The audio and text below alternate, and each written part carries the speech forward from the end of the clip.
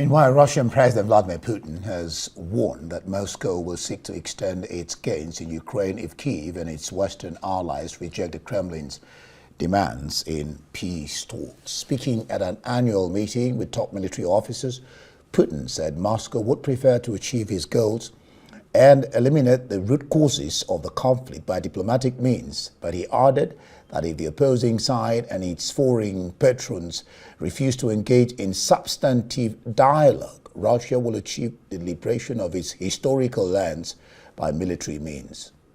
The goals of the special military operation will undoubtedly be achieved.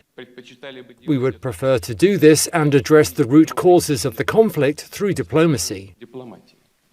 If the opposing side and their foreign patrons refuse to engage in substantive discussions, Russia will achieve the liberation of its historical lands by military means. The task of creating and expanding a security buffer zone will also be consistently addressed. The Russian army has got and is firmly holding the strategic initiative along the entire front line. Our troops are advancing with confidence and crushing the enemy, its groups and reserves, including so-called elite units and formations, trained in Western military centers and equipped with modern foreign technology and weaponry. All right, well, for an assessment of the latest developments around Ukraine, I'm joined now on the line from London by the author and international affairs analyst, Dr. Marek Laskiewicz. Glad to have you join us, Dr. Marek. Well, good evening. Good evening to you. Belgium seems to be the bottleneck in using Russian assets to prosecute this war at a time that Ukraine is under severe financial strain to execute the war. But the talk is about, Belgium says, the financial risks and what they call the legal risks. What are these financial risks and what are these legal risks, and why is Belgium, not only Belgium, Hungary taking this stance? I mean, Hungary says, why should you take the two nations are fighting, European nations, or you take the money of one and give to the other? But then the question arises of who is the aggressor there. Then von Leyen is saying it's about solidarity. Well, there's actually 3 points there. Strictly speaking, the Prime Minister of Hungary, the President of Hungary, are saying that the EU should not be entering into the war like this, and that was his key point. This is an entrance into the war. If you're going to take money from one side and give it to the other. The Belgian argument is different. They're worried about legal repercussions. Money taken from one side is usually done by means of a legal agreement called a treaty at the end of the war. No such legal agreement exists. These assets belong to Russia. Europe is not a party to the war. And so therefore, legally speaking, it's a step from theft. And that is what worries Belgium, because were this to go against Europe, it's Belgium that would bear the brunt. Hence, the von Leyen is saying all countries should pay equally to support Belgium, in the sense that the responsibility for the money and any repayment, should that ever occur, will occur by everybody. Even so, Belgium is worried. Some other countries are also cautious. And your clip quite rightly showed the gung-ho Poles who are quite keen on, of course, fighting the Russians in any way, okay about this, but that doesn't mean that other nations with cooler heads are so enthralled. So this is the issue at stake. It's to do with taking assets without a legal agreement. Yeah, well, one is wondering, when you talk about legal agreements, what Russia did in annexing some parts of Ukraine, was that legal? Is there any legality to what Russia did or what Russia is doing? That's one. Belgium, like we have said, is against this. But how do you get legally binding guarantees? What's that even about? 2 points here. I mean, well, again, what Russia there are several points. First and foremost, it is perfectly true that Russia is the aggressor and that it attacked Ukraine. Actually, a very minor legal point, Russia never declared war, and this is quite common actually in the modern world because declaration of war actually confers responsibility for the war on the person who so declared it. So, for example, I don't think since the time of Adolf Hitler has any nation actually declared war. Now, the key point here is that is an issue to be resolved. The financial aspects of taking Russian assets by countries who are not directly involved in the war is a separate legal matter. That is what worries the Belgians. As for the guarantees, this is a third issue and a very important one. The president of Ukraine, Zelensky, has said that Europe cannot stand in for America. He wants American guarantees.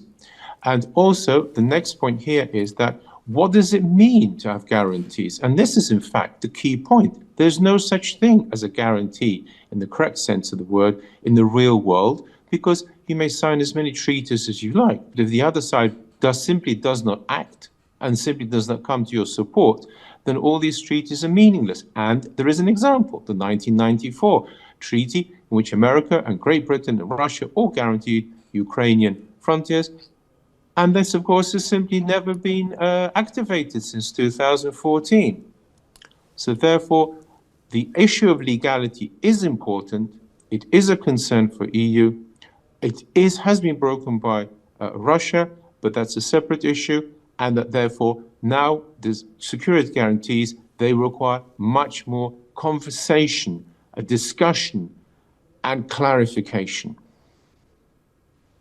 Quite reasonably and notably, von der Leyen says she appreciates the worries of Belgium, but they're willing to work with them. What's your sense of that statement? What von der Leyen is trying to state is that the whole of the EU will take the consequences should it turn out that using Russian assets is illegal or goes wrong politically, or that Russia, as a result, picks on Belgium to reinstate assets. Whatever action is taken, she is assuring Belgium that the EU will stick together. Whereas actually, of course, there is a problem. There is a country like Hungary which shows the EU isn't sticking together. And so from that point of view, Belgians obviously are worried, and this will take some time. How will this turn out is an interesting one. Belgium's absolutely in the heart of the EU, the Western European, the Europe A, as the Poles call it. And therefore, it's probable that the Belgians will come and to agree with the EU. Hungary won't, probably Slovakia won't, but then it's been made quite clear that the EU intends to press ahead. So I think that Belgium will eventually toe the line. Yeah, when you say if political trouble comes out of this, could you explain that? What kind of political trouble could spring out of this? Well, the central problem is that Belgium holds these funds. It's the Belgians that will ultimately take them, and it's the Belgium, therefore, which will find itself accused by Russia. Please note, amongst other things, Russia is a nuclear power. Please note, Russia is a very also enormous supply of raw materials. And please note, this decision to take the funds is not linked legally with the war in the sense that it will be a Belgian decision. The EU doesn't control these banks, where the funds are. It's the Belgians. And they're worried about, put it bluntly, being sued, I suppose, is the clearest way by Russia of explaining this. All right. Kremlin is warning that any attempt to appropriate its assets to execute this war will not go unpunished. Any inkling as to what he means by not go unpunished? What will he do? This is a very interesting point. I would believe that were there to be an attack, it would be on Poland, because Poland is its key enemy, and it'd be on Poland that would be the first punished nation in that sense. because, of course, President Donald Tusk has come out openly declaring how good this is an idea, which is yet one more example of how anti-Russian Poland is. So therefore, I expect it to be Poland. But the question is, will Belgium be punished? Well, were Poland to be attacked, Belgium might decide that it's not a good idea to carry on antagonizing the Russians. But whether direct punishment of Belgium by Russia, there is no easy way this could happen. And so therefore, it's not a short-term problem for Belgium, but it could be a medium-term one. Before I let you go, how do you then, in the event that Russia decides to carry out its threat of these things not going unpunished, how do you then see Europe responding to whatever Putin does? The key problem is what Putin does. If he decides to go nuclear in Poland, for example, which I believe he will, then Europe is hard-pressed to reply at all, and it's not clear it will want to reply. Russia is a country which is feared by many other countries in Europe, and therefore it's not clear they would reply. As long as it's in Ukraine, far, far away on the other side of the Dniester, and all the other rivers there, that is another matter.